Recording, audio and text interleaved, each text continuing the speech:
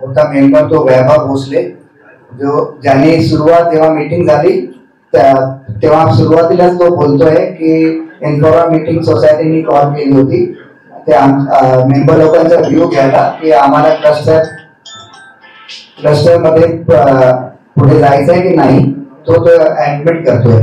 त्याच्यानंतर त्याच ग्रुप मधली एक मेंबर आहे लेडी शोभा नारवानी, ती जेव्हा आमच्या जे डेव्हलपमेंट मध्ये पार्टनर ऍड केले त्यांना ती कशी वेलकम करते ते आम्ही दाखवत होतो. शोभा नारवानी ती सांगते की आम्ही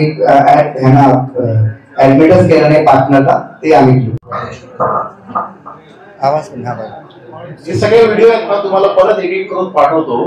ते काय झालं, मूळ व्हिडिओचं क्लिप बनवताना रिझोल्यूशन मध्ये बदल झाल्यामुळे ते दिसत नाही, ते सेम रिझोल्यूशन नाही राहिले.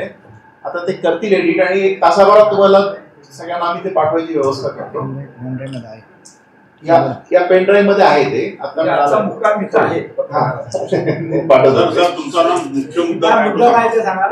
मुख्य मुद्दा असा आहे की बघा, आपण क्लस्टर मध्ये जाण्यासाठी ज्या वेळेला चर्चा झाली त्यावेळेला काय मुद्दे आले समोर ते सांगतो.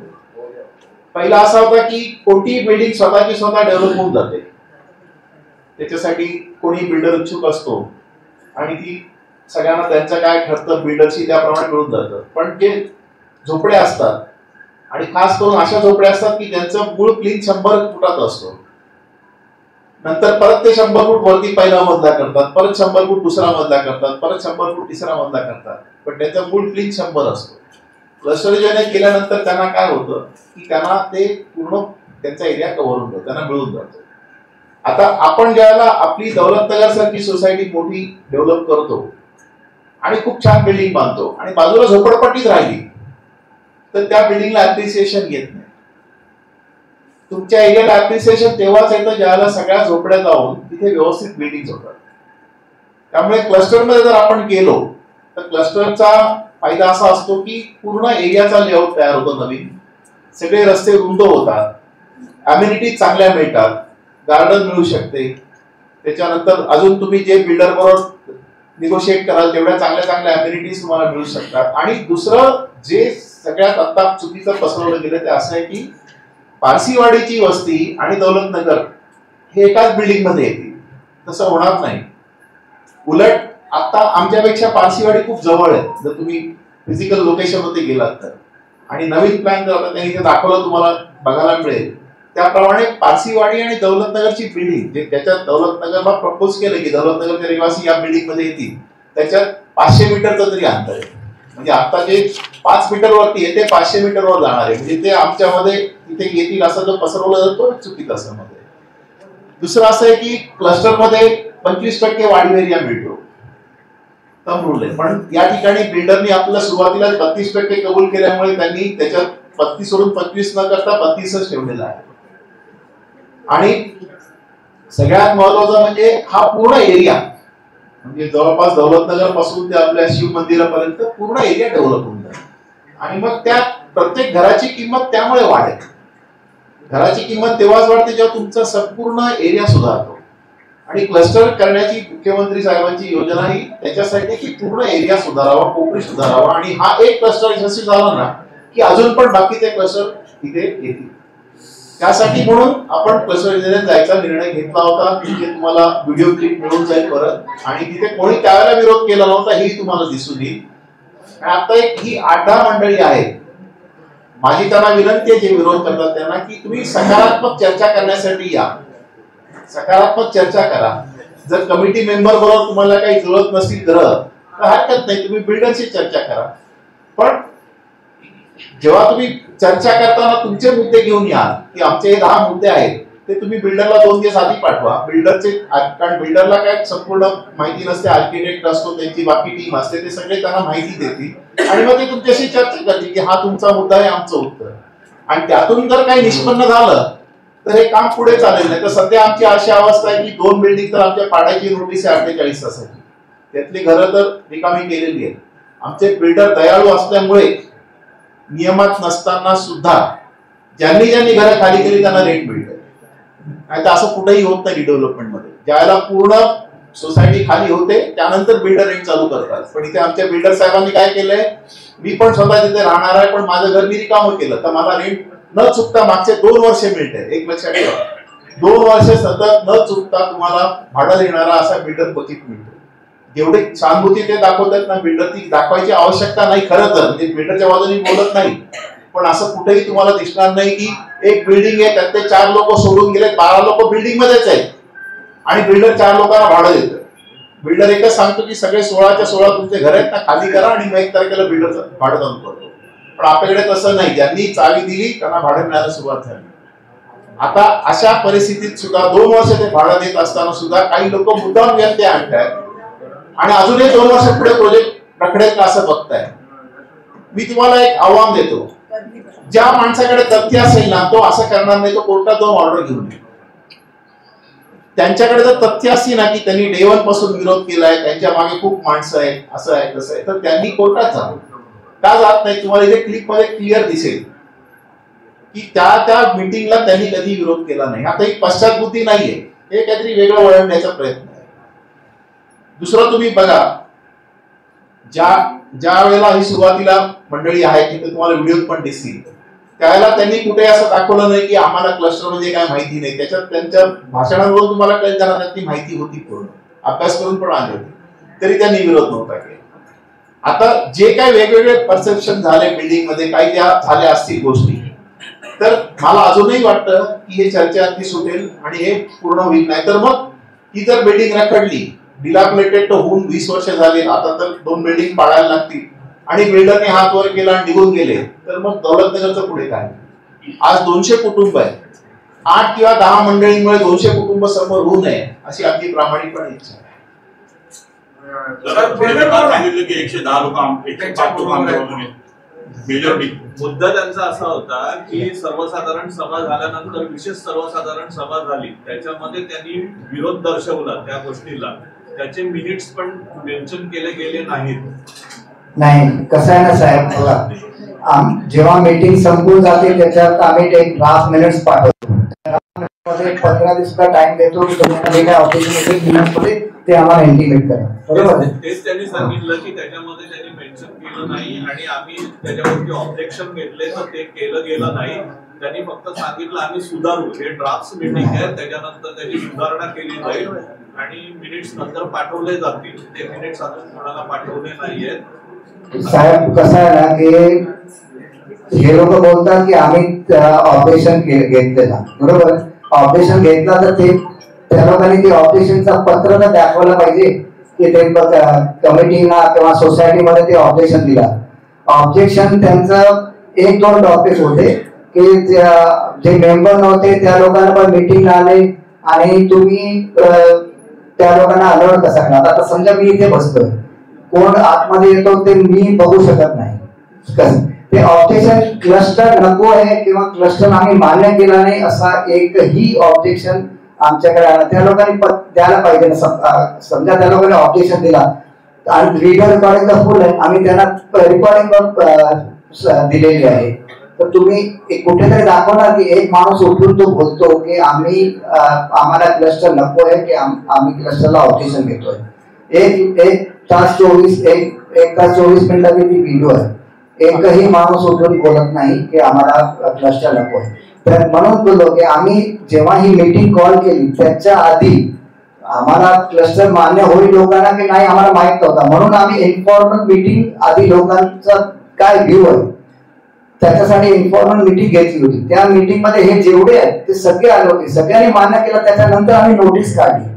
नोटीस काढल्यानंतर जे प्रोसिजर आहे ते आम्ही सगळं फॉलो केलं.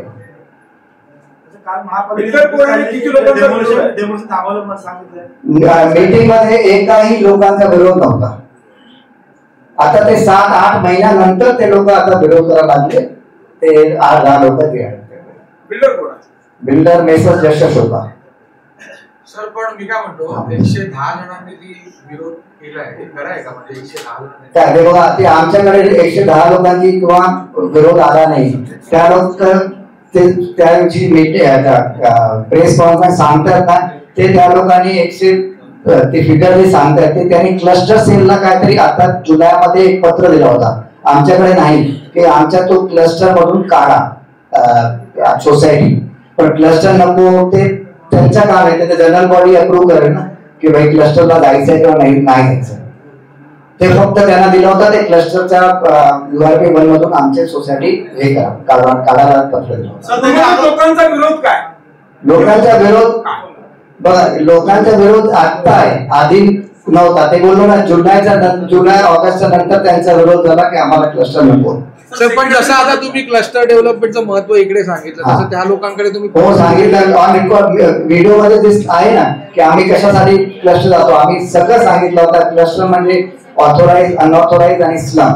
कारण ऑथोराइज बिल्डिंग तरी कधी पण क्लस्टर रिन्युअल होऊ शकतं, अनऑथोराइजला FSI भेटणार नाही, काय नाही तेव्हा, कारण त्यांचा काही हे नसतो. स्लम कसं डेव्हलप होईल जोपर्यंत त्याला नाहीतर एक SRA असतो नाहीतर एक क्लस्टर. SRA मध्ये कसं आहे की तुमचा समजा जसं साहेबांनी सांगितलं 100 स्क्वेअर मीटर, तुम्हाला SR मध्ये 100 किंवा 260 जेवढा मॅक्सिमम तेवढा भेटणार. इथे तसं नाही ना, इथे तुमच्याकडे ग्राउंड वर एक केला अजून केलं तर तुम्हाला 260चे 3 फ्लॅट भेटणार आहे आणि तिघाला रेंट भेटणार आहे. इथे तसं नाहीये ना, म्हणून ते साहेबांनी CM साहेबांनी ते क्लस्टर इम्प्लिमेंट केला की बाकी लोक ज्या लोकांना घर आहे, ठीक आहे, ऑथोराइज आहे अनऑथोराइज आहे that is different thing. Unauthorise आहे किंवा स्लम मध्ये राहतात त्यांना पण हक्क आहे चांगलं घर भेटला पाहिजे, आणि स्लम क्लस्टर इम्प्लिमेंट केला. आणि आम्ही सर आता बिल्डिंग धोकादायक झाल्या, क्लस्टर रिडेव्हलपमेंट कधीपर्यंत होईल असं विकासकाचा कसं आहे की आमच्या सोसायटीच्या विरुद्ध एक केस होती, एक 2-3 वर्ष चालली. ती आता 7 ऑगस्टला त्याची ऑर्डर स्टेटस को होता, म्हणून आम्ही काय करू शकत ना. 7 ऑगस्टला ऑर्डर आली, ती आता स्टेटस को निघाली आहे. त्याच्यानंतर डेव्हलपरनी सगळं सॉइल टेस्ट 15 दिवस आधी झालं, सर्वे संपूर्ण झालाय. तो आता प्लॅनिंग आमच्याकडे जे टेंटेटिव्ह प्लॅन आहे तो आता पाठवलाय, तर तो आम्ही जे आपले मेंबर आहे त्यांना दाखवणार आहे की त्याच्यात कसं आहे, कोर्टाने ऑर्डर दिली की आता एक्झिस्टिंग रोड आहे आमच्या सोसायटीचा, तो तसंच ठेवून तुम्ही मला रिडेव्हलप करायची, तो आता तसा ठेवून आम्ही तसा एक प्लॅन बनवलाय. आणि तो मेंबर लोकांना, कारण कसं अजून तो फायनल झाला नाहीये, फायनल झाल्यानंतर आम्ही त्यांना सर्क्युलेट करणार आहे. फक्त आता त्यांना दाखवणार आहे की टेंटेटिव्ह कसा प्लॅन बिल्डिंग असली होणार आहे. आम्हाला विश्वासात घेतलं जात नाही असं विरोधकांचं. साहेब बघा, जेव्हा आम्ही जनरल बॉडी कॉल करतो, नोटीस काढतो, म्हणजे तो बोलवतो, म्हणजे विश्वासच असते ना, तरच बोलवणार ना. इन्फॉर्मल मीटिंग घेतली कारण आम्हाला विश्वास घ्यायचा होता लोकांचा की नाही तुम्ही तयार आहे. ते इन्फॉर्मल मीटिंग मध्ये बोलले असते की आम्हाला क्लस्टर नकोय, आम्ही मीटिंगच कॉल केली नसती. सर जेव्हा हा विरोध करण्यात आला तेव्हा ऍज अ कमिटी तुम्ही त्यांच्याशी चर्चा केली? हो चर्चा, 3 मीटिंग बघा, 3 मीटिंग बिल्डर बरोबर झाली. एक मेला 30 मेला इथे झाली या हॉलमध्ये, त्याच्यानंतर 6 जूनला बिल्डरच्या ऑफिस मध्ये झाली, त्याच्यानंतर 3 मेला रायला देवी जो आहे ना TNC ची हॉल तिथे झाली. तिथे डेप्युटी म्युनिसिपल कमिशनर स्वतः पाटोळे साहेब होते, त्यांच्या बरोबर मीटिंग झाली. त्यांचा कन्सर्न सुरुवातीला काय होता की आम्ही जागा सोडतो तर आम्हाला अश्युरन्स काय, कारण प्लॅन अजून पास झाले नाही, तर तुम्ही एक काम करा, इंडिव्हिज्युअल अग्रीमेंट करा. तर मीटिंग मध्ये आमचे सोसायटीचे ऍडव्होकेट आणि बिल्डरचे पण ऍडव्होकेट होते. त्या लोकांचा एक अटका होती की अग्रीमेंट आपण रजिस्टर करू शकत नाही, कारण आपल्याकडे प्लॅन नाही, माझा फ्लॅट नंबर कुठला होणार आहे, बिल्डिंग कुठली येणार आहे, कुठला फ्लोअर येणार आहे, किती एरिया ते आपण मेन्शन करू शकत नाही. मग शेवटी हे ठरलेलं की आपण एक MOU करूया. MOU आपण लिगली बघूया, रजिस्टर करू शकतो, नाहीतरी आपण नोटरी तुम्हाला करून देऊया. इव्हन DMC साहेब होते, त्यांना सांगितलं आम्ही तुम्हाला पत्र देऊ की ही प्रॉपर्टी तुमची आहे, ही एरिया तुमची आहे, TMC तुम्हाला इंडिव्हिज्युअल एक पत्र देणार आहे. ते सगळं मान्य झालं तिकडे. आम्ही MOU ऍडव्होकेट करून ड्राफ्ट करून घेतला. 95,000 त्याचे आम्ही पेमेंट केली सोसायटीने आणि सर्क्युलेट केला. सर्क्युलेट केल्यानंतर त्यांचं मन बदलला की आम्हाला आता क्लस्टर नकोय. का असं नाही की आम्ही त्यांना बोललो, बिल्डरनी स्वतः ती मीटिंग घेतली. हा, तर ते बघा, बहुतेक लोकांना माहितच नाही, ते वाचतच नाही ते पत्रामध्ये काय लिहिलं आहे. बेसिकली ते 5-6 लोक आहेत, हे लोक सेम लोक आहेत. 2019 मध्ये पण कोर्टात गेले होते. रिडेव्हलपमेंटच्या विरुद्ध, तिथे सगळे केस बहुतेक ते हारले. त्याच्यानंतर परत आता ते 3 वर्षानंतर ते परत त्यांच्या सुरुवात झाली. साहेब, जसे आपण पत्रकार परिषद बोलत असतो तर विरोधकांना त्यांची बाजू मांडण्यासाठी किंवा तुम्ही त्यांना गाईड करण्यासाठी एकत्र बोलू शकता. साहेब, परवा आले होते हे लोक, परवा ऑफिसला. त्यांच्या समोर स्पीकरवर डेव्हलपरशी आमचं बोलणं झालं. ते बोलले तुम्ही कधी पण या, आम्ही तयार आहे, तुमचे काय ग्रीव्हन्स आहे घेऊन या, आम्ही सॉर्ट करूया. आता साहेब बोलले ना की त्यांना आम्ही सांगितलं तुम्ही डेव्हलपर बसा, आम्ही तसं सांगितलं. सर, आपण सांगितलं की 40 डेव्हलपर बरोबर त्यांची जी तक्रार आहे ती कदाचित हटू शकते असं तुमचं म्हणणं आहे का? हा, तक्रार मध्ये जे लिगल व्हायला पाहिजे ना. आता ह्यांची तक्रार असेल की आम्ही अप्रूव्ह केला नाहीये आणि आम्हाला नको आहे, ते तर आता पॉसिबल करा. कसं आहे ना की बिल्डरला अपॉइंटमेंट झालेली आहे, सगळं लिगली आहे, सगळं आमच्याकडे डॉक्युमेंट सगळे आहे. आता 5-6 लोक सांगणार आम्ही केलंच नाहीये ते. त्याच्यानंतर तुमचं जे बेनिफिट ऑफ सगळं मेंबरचा तुमचं काय असेल ते तुम्ही बसा आणि सांगा ना. यांचा कन्सर्न काय आहे की आम्हाला प्रोटेक्शन काय, आम्ही आता सोडून गेलो, टीएमसी रिकामे केली, प्रोटेक्शन काय? प्रोटेक्शन म्हणजे तुम्ही एमओयू किंवा तुम्ही सांगा जे काय डॉक्युमेंट एक्झिक्यूट करायला. सर, 7 जुलैला एक इंटरव्ह्यू झाला, त्यामध्ये ते असं म्हणतात की विकासक किंवा सेक्रेटरींचं नाव घेतलेलं ते आम्हाला धमकावतात असे त्यांनी एक स्टेटमेंट दिलेलं आहे. आणि शेख म्हणून कोणतरी विकासक आहे ते अटक होते असं त्यांनी आरोप केला. याबद्दल आपलं काय मत? 7 जुलैला बघा, 7 जुलैला या लोकांनी आमच्या विरुद्ध पोलीस मध्ये तक्रार केली 20-25 लोकांनी. त्याच्यानंतर एक चॅनलला इंटरव्ह्यू पण दिलेला त्या लोकांनी. आणि पोलिसने मला कारण तक्रार माझ्या विरुद्ध पर्टिक्युलर होती, पोलिसने मला 7 जुलैला बोलवला. पण त्या दिवशी माझं काही लेखी झाला नाही, ते बोलले तुम्ही नंतर या. इन बिटवीन असा झाला की सगळा मॅटर जेव्हा मीडियामध्ये आला तर एसीबी साहेब स्वतः आले आणि आम्हाला 14 जुलैला मला आणि या लोकांना सगळ्यांना बोलवलं. तर मी होतो, चेअरमॅन होते आणि ट्रेझरर. त्यांच्या वतीने 3-4 होते, वैभव भोसले होते, अपर्णा रेगे होते, नारवानी, विजेश नारवानी आणि शोभा नारवानी. सगळ्यांचा एक कॉमन मीटिंग घेतली की तुमचा काय मत आहे. साहेबांनी काय सांगितलं त्यांना, तुम्हाला असं वाटते की म्हणजे सोसायटीने काय चुकीचा काम केलं, त्याच्यात पोलीस, कारण सोसायटीचा मॅटर आहे, ते पोलीस काय नाही करणार, तुम्ही त्याच्यापेक्षा तुम्ही रजिस्ट्रारकडे कंप्लेंट करा. ठीक आहे. त्या लोकांनी 14 संडे होता 14 जुलै, नेक्स्ट डे त्या लोकांनी कंप्लेंट केली. रजिस्टर करून आम्हाला एक नोटीस आली की भाई असे जे तुमचा सोसायटीच्या विरुद्ध तक्रार आहे त्याचं उत्तर द्या. आणि 1-2 हिअरिंग झाली, आम्ही एक रिप्लाय दिला आणि रजिस्ट्रार साहेबांनी काय सांगितलं, जो रिप्लाय आम्हाला देणार, जे डॉक्युमेंट आम्हाला सबमिट करणार ते सेम तुम्ही एक कॉपी वैभव भोसलेला द्या. आणि ते सगळं तसंच आम्ही जी कॉपी दिली, एक अजून ऍडिशनल त्याची झेरॉक्स वैभव भोसलेला दिली. आणि त्याच्यानंतर अजून आमच्याकडे दुसरा काय नाही. पोलीसकडे आम्ही कधी नाही गेलो, पोलीसकडे ते लोकच गेले. आम्ही मीटिंग झाली, एसीपी साहेब बोलले की ठीक आहे तुम्ही ऑफिसर बघा. तिथे पण डिस्कशन झाला एमओयूचा. आम्ही बोललो साहेब एमओयू यांना सर्क्युलेट पण केलेला आहे, पण हे करायला तयार नाहीये.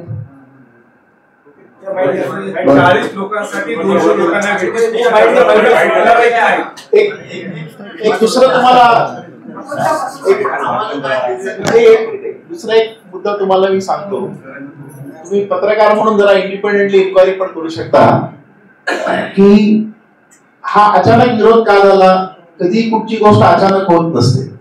यातली काही मंडळी एका नामांकित बिल्डरकडे गेली आणि आमच्या सोसायटीत जवळपास सगळ्यांना सांगितलं की हा XYZ नामांकित मुंबईतला बिल्डर आपली बिल्डिंग डेव्हलप करायला तयार आहे. आमची लोक लोअर मिडल क्लास आहेत, जुनी म्हातारी आहेत, त्यांनी काही शहानिशा केली नाही, हे त्यांच्या मागे धावत गेले. वा वा वा वा, मोठा बिल्डर येतो, असं होणार तसं होणार. त्या बिल्डरनी खुलासा केलेला आहे की आम्हाला दौलत नगर मध्ये इंटरेस्ट नाही. आता जर तुम्ही परत एकदा ती माणसं शोधलीत ना, 110-100 म्हणतात ती दिसतात का बघा. ही त्यावेळेला जमा झाली होती कारण नामांकित बिल्डर येणार ही एक अफवा पसरवली गेली होती आणि त्यासाठी ती माणसं गोळा झाली होती. आता त्या बिल्डरने जेव्हा क्लिअर केलेलं आहे की आम्हाला इंटरेस्ट नाही, त्याच्यानंतर ह्याच्या मागे 10-12 माणसं पण आता नाही.